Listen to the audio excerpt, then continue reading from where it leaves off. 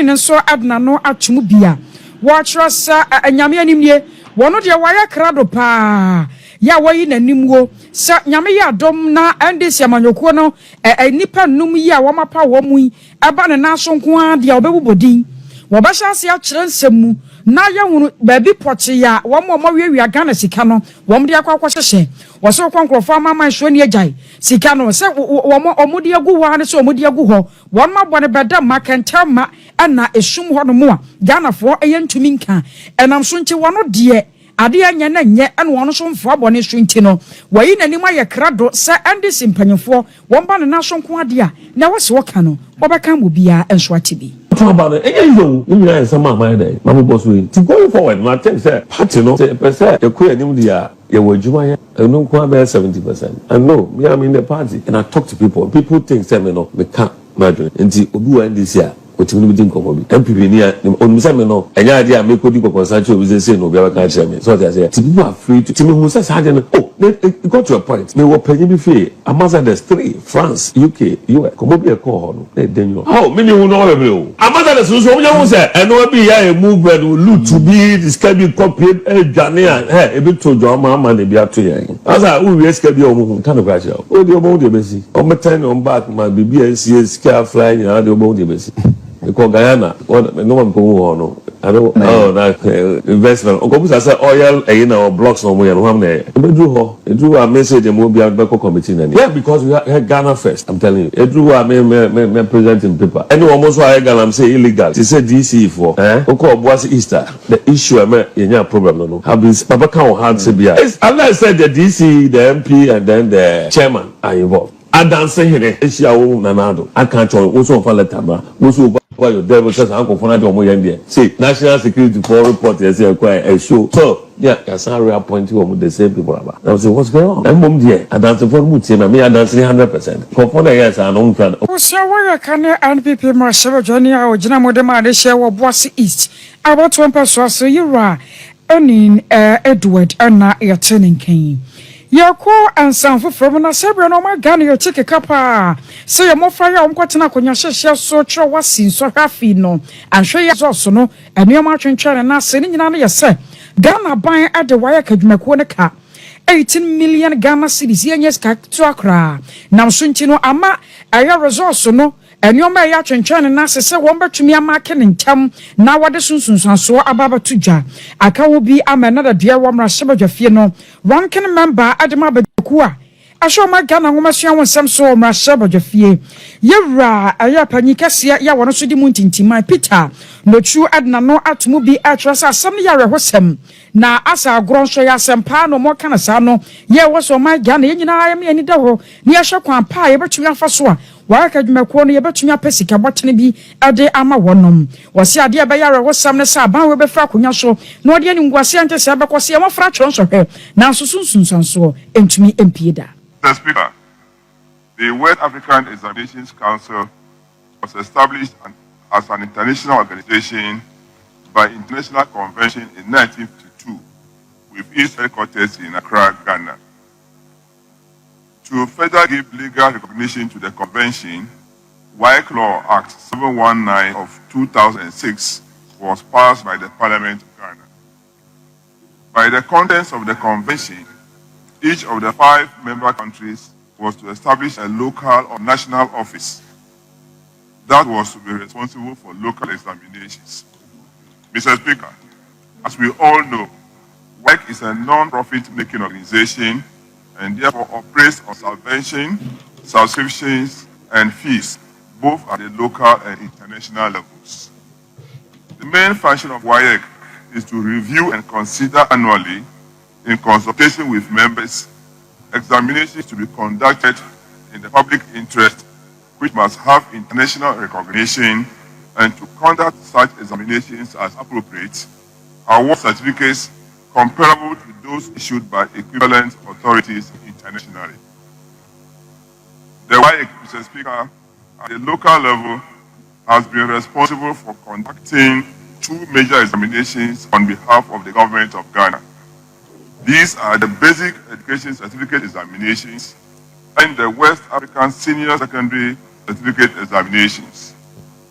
Mr. Speaker, Currently, there is a serious financial challenge facing WAEC with regard to the conduct of the 2024 WASE, post-examination activities, and the release of results. According to a press release by WAEC on 19 December, WAEC stated that the Ministry of Education was owing the council. I was only attending Kai Aya Rankin member, the Mabajokua. I show my gun and woman show some so on my shoulder fear. You are Peter. No children, what you know, and I saw for your show, man, woman, so. You all say you are doing one so the two are so I trust a woman. I hold your banners so I buy a bon home thing. So when you skaka cry at Yama Waik. Mr. Speaker, thank you for the opportunity. Mr. Speaker, I'll need some time to review the document that has just been handed to me. Thank you, Mr. Speaker. I'll make a call immediately to WAEC and I will apprise the House of the developments regarding this important issue. Yes, please, kindly do so now whilst I allow. I was so your core and some for me. Now, another dear woman, Sabaja fear now, and yes, some catokra. A Brahma Sabaja for one more certain and was so by a year. And a no, dear boy, my gun, ya cabman cabino, Nanny Pabinum Masia, ya woman, ya mope. Video be a PM one so a free Russia, Bedofie. Orabia was chef fita, Sasha for your one or Chashra for no. Na sadia o se bi kasa o video ni mo no kira se we nyame di fo komseni cha se wo bi ntumi hunu se we ebrem won ya yinu ya cha se mra sojafo no hyan ya wo mo de asisi mra sojafo ho afie ho na won makwakwo wura mra sojafie ho no ma wo mo aka nsam wo no eno na panyipa ya twe se kan yo se dua o se de yo ode akwhwehwe ka asini mu ba se numu asensia asase dodo no a na obinim de na ba owura no so akan wo bia maga ka sai Ghana Police Service warmonsa asopanyi pai mu abusua wo madoa no na ebra na wo mode na ekọ no na akwakwa ya rehosem sanse wono so kasa se twedi ampomfa nche wo mo sanse de wo mo ye no wo mo nim ne wo mo ye kora se nyame difu atese wo no na won ma so ni mu aso mo bo no mo butu no wo mo ye na ya kaka de ene nneoma ense emfata na abusua me kwa video ni mra na ye ba ebeka ho nsempii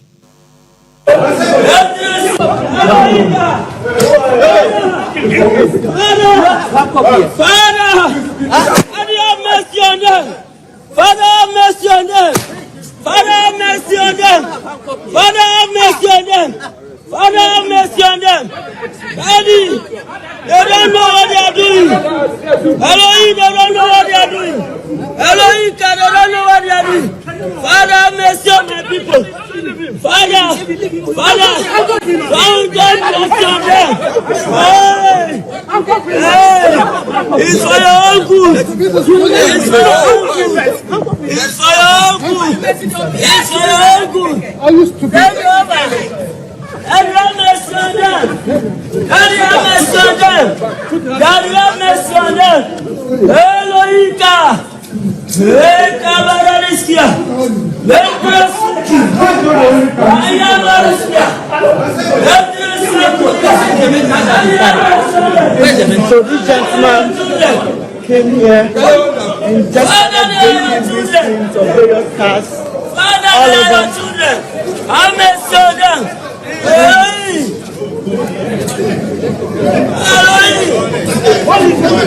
Elohim!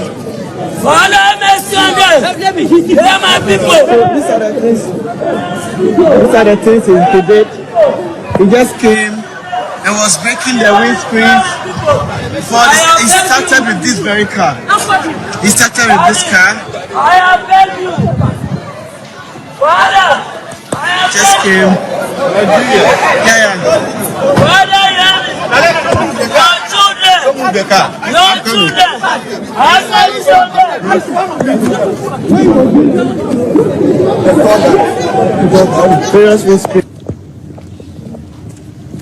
If you make noise again, I will use the one you used to. This is I will come and hit you. I will see a natural, sir. I don't know more. Yana, so my quoting nasa, Yamidi for Yamisha for Noah. Wano se minim se nyame na so man se won fa mo ba wo sese kan you enkwahwe hwe ka asiri mu dia ntumi hunu Wakwabobo cars and was similar show the fear no more pussy for show no mono. And ya tessa walkers are stretched and ponset. One fan shall pussy for a pass, and say a cacadianwa. Woman no. Oni professor woman in your moyenti, and I'm a woman this Jumano. Your tour and some no aso. So for Panyana Open Arms Ministry, ya no awa Santamantam Kopo Kumase, Nosun Trust so aya apostle, Saint Sack, Papa one swakasa. Na Panye Palma for back and 1 year COVID-19. Asha siasa yinitia Ghana Mampani, Nadan Kwakufuado, Abakasa mi emionshan and Shariano. Wapanye Pa one kwa bia shodi e kwa wiechere, chase yachini kwa jina maranwa na ensem pinua kwa suono. Wano wasam ana ya kansano. Na yewrayi na atu bi diamane mampanyina sebra Ghana foto abadiama no yera John Dramani Mahama atwene se wasrapa National Cathedral project no wanei atwetwe ba ho ase ya yanso hu sika pinua afafa nkrofo nsase no yera John Dramani Mahama ba won force anyoyo won re hunu se ni pabebre bia da sasika no ebia fa ne nsase bia no mara betumi ne nadie wasasa adie wotumi ya pa Ghana fo bebo yansam shra de amano amye wusa no kwa sa corruption ye kata shapro ye dwum de kankan no wotumi ade aye adwuma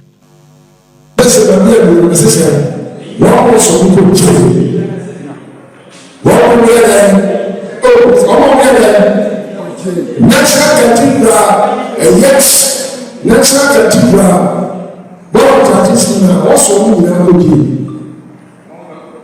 Yet, the time, one also moving. And all go on water. Can for that time, what we can for that. Also moving. Sir, also the way we can, that's what we time. Also the time. Now I can't go to the Sassy again. We have to know the Satan. Yeah, a good father can make us a good father. If you see Ushawa Apostle Saint Sack no one know your penny pie Open Arms Ministry. Yeah. Kumase no suntress so wadano and I quote say what the other dear out to your John Dramani Mahamenim. Mezo ana 5G. And on a can for the amawo. I'm not the about what do you want to tear pojana and so Christmas see. What to media yet, Juma? Yes, so I've been cast 24th Kokromo name more qua. I am a bushia bibi. I did not comizu. Ana 5 togu, Sanyadia Quatuni Besumuno. Say ye and was saying him. Of the interpretive jurisdiction is based upon an enactment or any act done under the authority of an enactment. In the instant case, there is not as yet an enactment, properly so called, since the legislative process which would transform a bill into an act with the force of law has not yet terminated. The action, if at all, supposed interpretative jurisdiction of the Supreme Court is as yet premature, and there is nothing on which to hang the exercise of the judicial review jurisdiction of the Supreme Court. The Constitution itself has prescribed the mode by which an enactment properly so called can come into being, and by the principle of separation of powers, those processes must be exhausted to produce a tangible product that can have legal effect when properly assented to by the President, the head of the executive. Until there is presidential assent, there is no act, Parliament over which the Supreme Court, act of Parliament over which the Supreme Court can exercise its original jurisdiction to strike down if found to be inconsistent with the Constitution 1992. The plaintiff's action is therefore dismissed. I was not just ya bought wogu a 7 year kaway. I another diaba so the Koya Quatana say was Supreme Court to now was siege and I can say LGBTQ plus and send someone a problem the Quada Quat 120. I'm a mampanina do word to me and Fansa and Chassie. Justice Lovelace, Ava Johnson, and your turning came. Now was awesome ya one no.